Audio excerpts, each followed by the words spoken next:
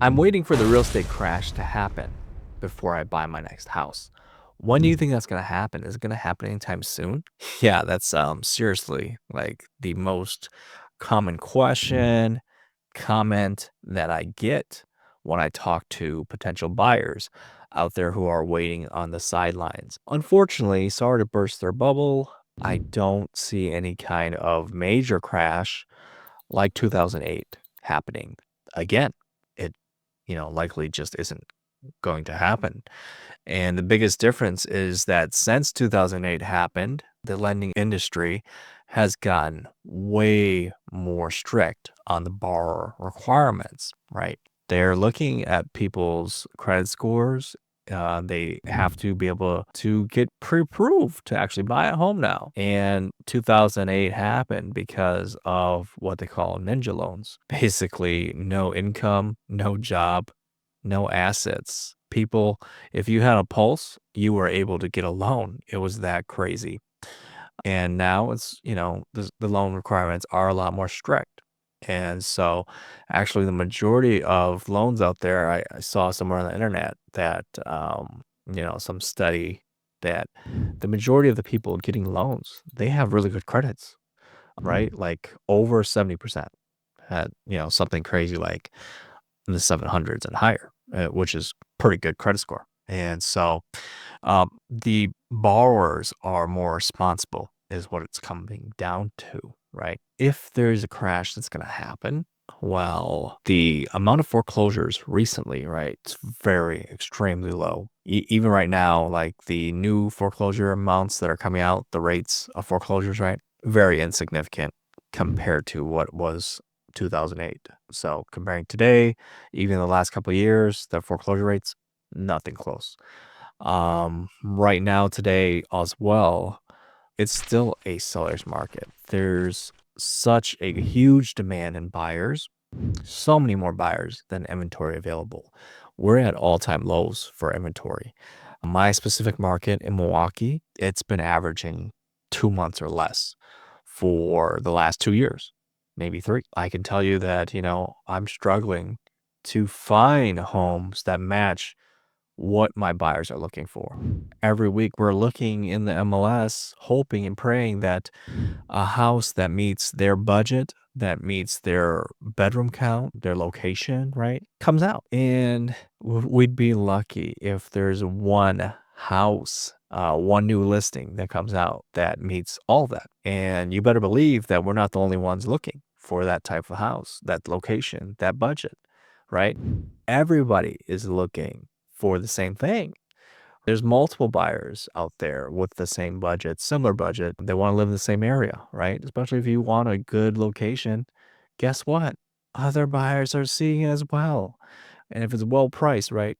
Priced good to sell, you better believe that there's going to be buyers scheduling those showings. And so, even right now, 2025, February, right? Multiple offer situations already.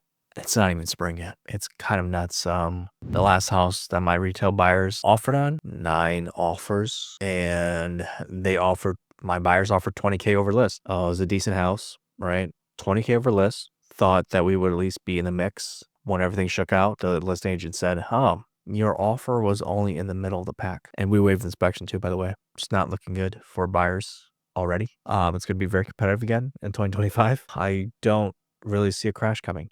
It's going to be hard. It's going to be tough again. Done tough year for buyers. You're going to have to compete again. So nothing really new here and nothing really signaling that there's danger in the market. If anything, if the rates come down right now, when I'm recording this video, rates are 6.5, 7, something like that. If these rates get close to 6 or go under 6, the amount of buyers that jump into the market that are just sitting in the sidelines, it's going to go insane. The market is going to be crazy because there's going to be even more buyers and less inventory. I mean, even if the inventory does tick up, the amount of new buyers jumping in is going to be insane. And so, fantastic problem for sellers, right? You can pretty much expect a bidding war during peak season that's coming up.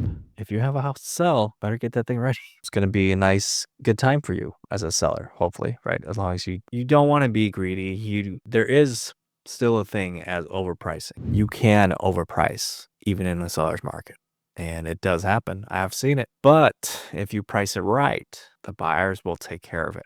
The market will take care of where the price needs to go. So that's kind of the outlook that I'm seeing for 2025. And yeah, unfortunately, there doesn't seem to be a slowdown in sight for the housing market. I'm just not seeing it. Inventory is so low. Even if there's a number of buyers out there who are struggling to pay their mortgage, right? Guess what? They're sitting on equity. Values of homes have gone up since COVID, since 2018 to COVID to 2020, a huge increase, right? And then even from 2021 to even today, currently, right? Last year, prices went up again. And guess what? Prices are going to continue to go up. People ask, well, I'm waiting for prices to come down. Maybe certain select markets where demand is not as high. Okay, yeah, maybe it's going to correct a little bit, right? But places like Milwaukee, no, I'm not seeing prices come down. So if there's a person out there, if there's a homeowner that's struggling to pay their mortgage to make ends meet, guess what? Instead of foreclosing it, they're just going to sell it because they have equity, right? So instead of ruining their credit and going through bankruptcy and all that and having that blemish on their credit score, they'll just sell it. Why wouldn't they? Right? Throw it on the market. And especially with the amount of demand, there's going to be people buying it. That's more reasons why foreclosures are less. The other thing is that I've been mentioning to people that boomers, they are downsizing. They were one of the biggest populations, right? Today, millennials are the biggest population.